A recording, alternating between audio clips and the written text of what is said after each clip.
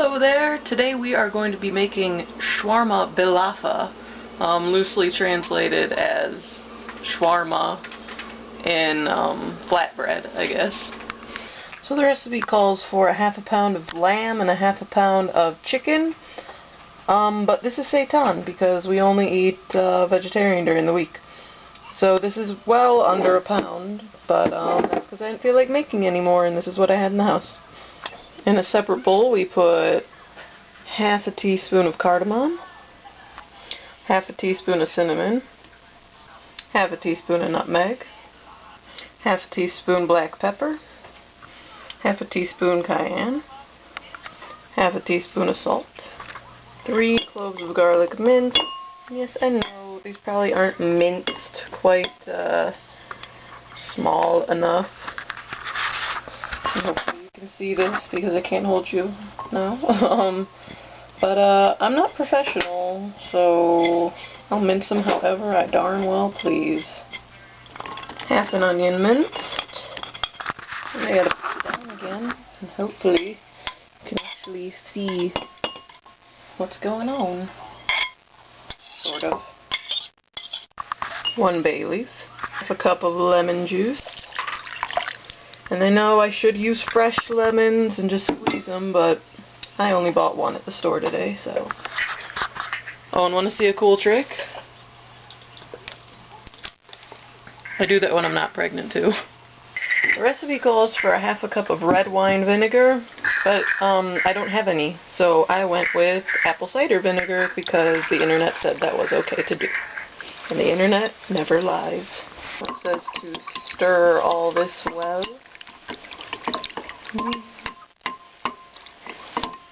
Okay. And then we pour it over the meat, or seitan in this case. And for those of you who don't know, seitan is meat substitute made with vital wheat gluten, or just, well, wheat gluten in general. I happen to take the easy way out. I don't know if you can hear me over Asher's singing. But yeah, sorry. What was I saying? Oh yeah, seitan, meat substitute. I happen to think it's delicious. I know some people who don't. But yeah, add it to the fake meat, real meat, whatever you choose, and let it marinate in the fridge for 2 hours. And now for the lafas, or flatbreads. The recipe technically calls for a cup and a half of all-purpose flour, but I'm gonna make a cup of it whole wheat.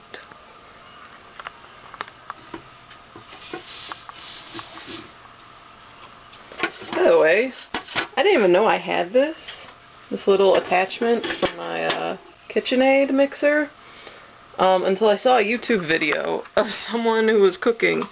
And they had that. I'm like, oh, I should really get that. I'm always spilling stuff out of the bowl. And then I happened to look where I keep all the gadgets for it that came with it, and it was there. So that's an interesting story. And here's that cup of all-purpose flour and a half a cup of all-purpose flour. Half a teaspoon of yeast. 3/4 of a teaspoon of salt. And let's slow that flour down. And 3/4 of a cup of water. Now we mix. And I just looked at the directions and realized I did this kind of wrong. I wasn't supposed to add the water until the other stuff was already mixed. Based on that noise, I think it's done mixing. Sorry, my nose itches. I think I got like cayenne or something in there. The dough will be quite sticky. And that I should cover the bowl with plastic wrap and let it rest in a warm place for about 2.5 hours. So we're gonna do that. So, little tidbit. The first time I ever had shawarma and a lafa was in Israel. I lived there for a little less than a year after I graduated high school. And yeah, being that it is the Middle East and shawarma and lafa our Middle Eastern foods, there was an abundance of it, and there was one place specifically right near the bus station called Massive. Best shawarma ever. Highly, highly recommended if you are not on a low-fat diet. So once the laffa dough has risen, you put a tablespoon of olive oil on 2 different baking sheets. Now technically it said they both should be rimmed, but I don't tend to listen to the directions all that well, and it usually ends up okay. And preheat the oven to 500. So you're supposed to separate the dough into 2 pieces, but I'm gonna make a little mini one for Asher, so it's in 3 pieces. And then it says you basically spread it around into circles about 8 inches wide. Drizzle some olive oil over the top. It says a tablespoon. I'm not sure if that's for both or each, but we'll just use one. Don't know if I'm really supposed to be rubbing it in or not, but whatevs. I now know why they said to put them on rimmed baking sheets, because the one that wasn't on a rimmed baking sheet, i.e. this one, the oil spilled, which caused it to drop down to the bottom of the oil spilled and made it fall down to the bottom of the stove, which made it smoke, which made the smoke alarm go off, which made this little guy start screaming and want to come out of his room earlier than he normally does from his nap time. So yeah, I learned my lesson, but they look quite delicious.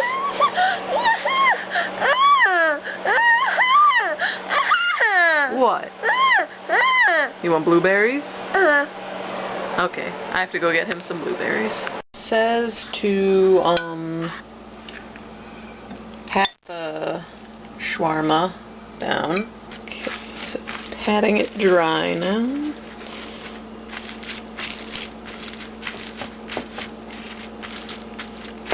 Hopefully that's dry enough. I don't actually have a grill, which is what I'm supposed to be using.